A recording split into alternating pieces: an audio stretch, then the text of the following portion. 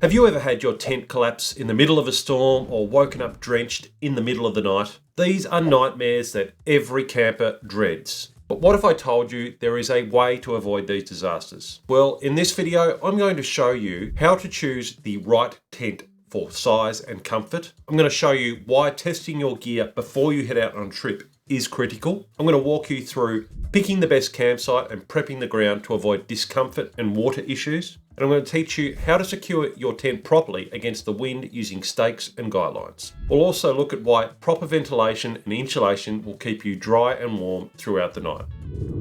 Hi there everybody, Mauser here, and over the last 30 years of hiking from the fjords of Norway to the remote areas of southwest Tasmania, I've seen it all, from chaotic setups to complete tent failures. And in this video, I'm going to walk you through the most common camp setup mistakes and, more importantly, how to avoid them. These tips will save you a ton of frustration and help you enjoy your camping trips stress-free. Let's dive straight in. Choosing the wrong tent size. A two-person tent doesn't mean two people fit comfortably. It can be quite a tight squeeze quite often. And here in Tasmania, where you can often be tent bound for days, yes, days on end, having the correct tent in particular is very important. There is nothing worse than being stuck in a tent with multiple people with no room waiting for the weather to pass. Now, I have done many trips over the years with 3 people in a 3-person tent and a couple of them for 10 to 13 days at a time. And to say it is a squeeze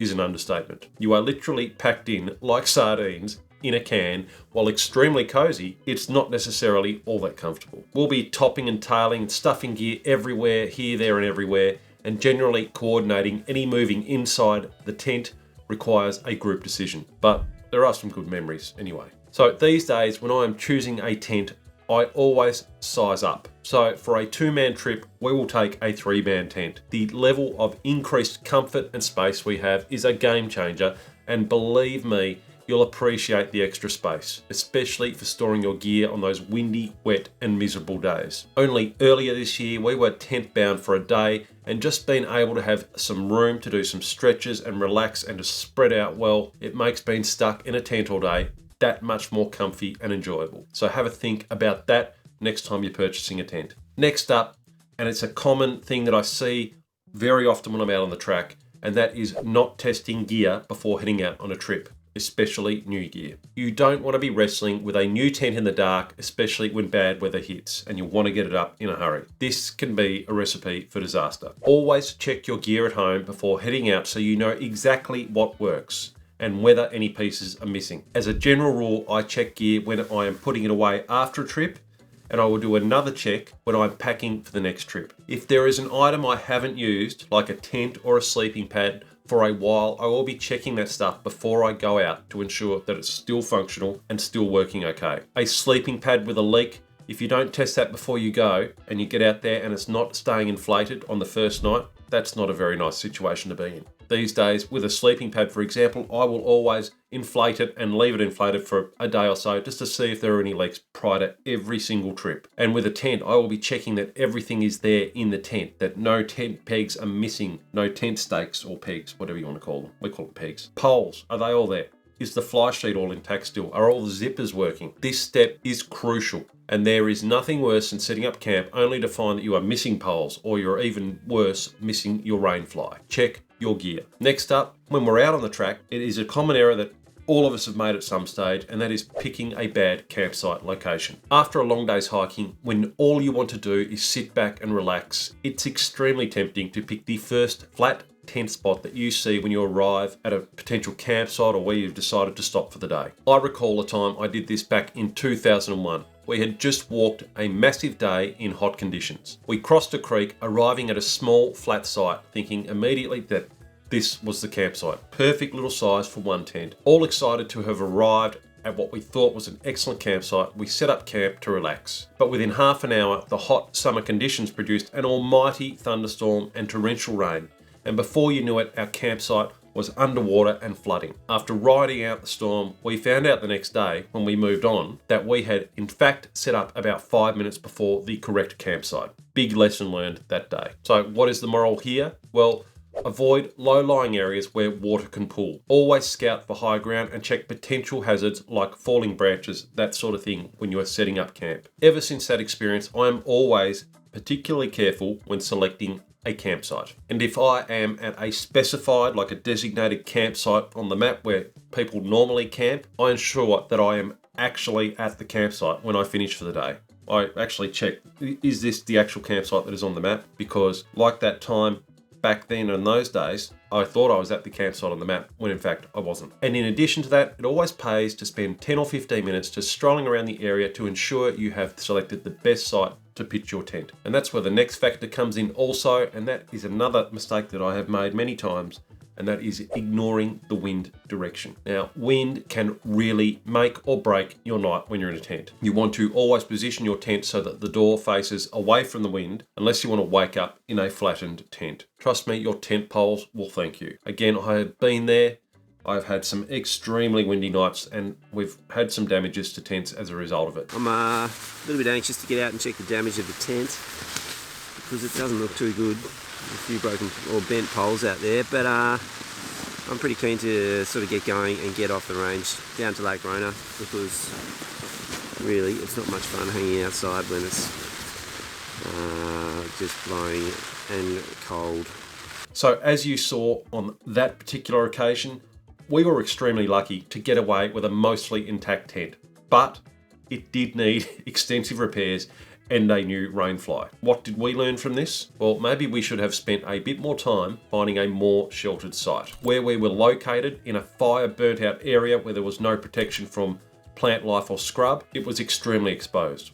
We probably should have tried to find shelter behind rocks and boulders, or we should have moved on to another campsite, as we certainly would have had time to that day. It just would have meant a couple of extra hours walking. So again, we learn our lesson there. Next up is forgetting ground insulation. Now, most people forget how cold the ground can get at night time. If you can, skip those thin foam pads if you can, and invest in a proper sleeping pad with proper insulation. Without this, your body heat will drain right into the ground, potentially leaving you a bit cold and potentially shivering. You want to look at things like the R values of sleep pads and find the one that best suits your needs. The higher the R value, the warmer the pad. Now, I started out back in the day with a foam pad for many years and I battled on okay. So if that's all you've got, that's fine, but it is something worth investing in. I personally like to have a pad with an R value of between 3.5 to 5 for the 3-season hiking that I do. Having a good sleep system will massively increase your comfort and warmth, and it is one of the main areas that can have a big impact on your comfort levels when investing in gear. Next, failing to secure your tent properly. Now, a loose tent is a recipe for disaster. Stakes at the wrong angle,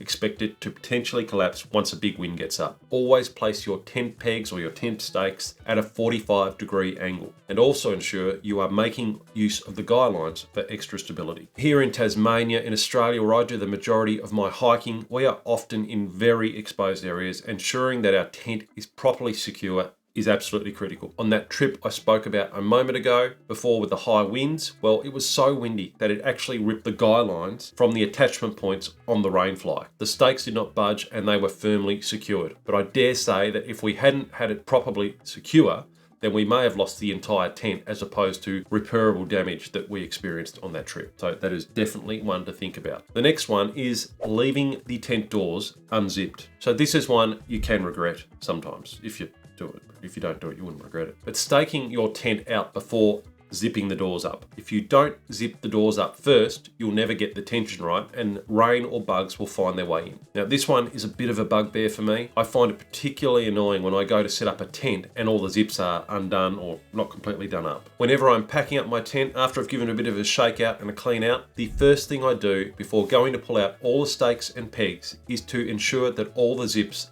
are zip it up. That way, the tent is ready for efficient setup at the next campsite. It really does make a difference when you are setting up, especially if you want to get set up quickly. You're not having to go around and zip all the doors up. You are enabling yourself to get set up as quickly as possible at the next campsite without any unnecessary fiddling around. So that is a little pro tip from Mouser. Zip up your doors. Another thing that you really don't want to do is skip ground preparation. One of the most overlooked steps when setting up camp is preparing the ground before you set up your tent. Clear away any rocks, any sticks, or any sharp objects that could damage your tent or make for an uncomfortable night's sleep. Where I go, as we are often in untracked terrain, we will always take plenty of time to find the best site to set up a tent. We'll even lie out on the ground to get an idea of what the ground is like, of where we're planning on setting up the tent. So we'll just get on the ground, the raw ground as is, and just have a roll around there and see what it feels like. And when we're doing this, we are looking for things like, are there any hidden roots or rocks that make the ground uncomfortable? Are there any ants' nests lurking that will result in annoying ants all through the tent? Or is there like a hidden little puddle of water, which we often find? These are all things we are considering when we are looking at our site in these off-track areas. And only earlier this year, after a massive day, we found what we thought was a fantastic campsite, only to find, after a closer inspection, that there were ants' nests everywhere. So as a result, we moved a few hundred meters to a different location. This whole process only takes a short amount of time and can make a world of difference in comfort and happiness once you're at camp. Next little tip is overlooking proper ventilation. Now, one little mistake that's often overlooked can be tent ventilation or airflow. Without proper airflow, you could get condensation build up inside your tent, making everything damp, even on a dry night. Always keep your vents open when you can, even in cooler weather, to prevent waking up in a wet, clammy tent. A lot of 3-season tents these days, they integrate a lot of mesh to get around this airflow problem, but it is definitely something to consider, as there's nothing worse than waking up covered in condensation and dripping of the tent off onto your face. It's not nice.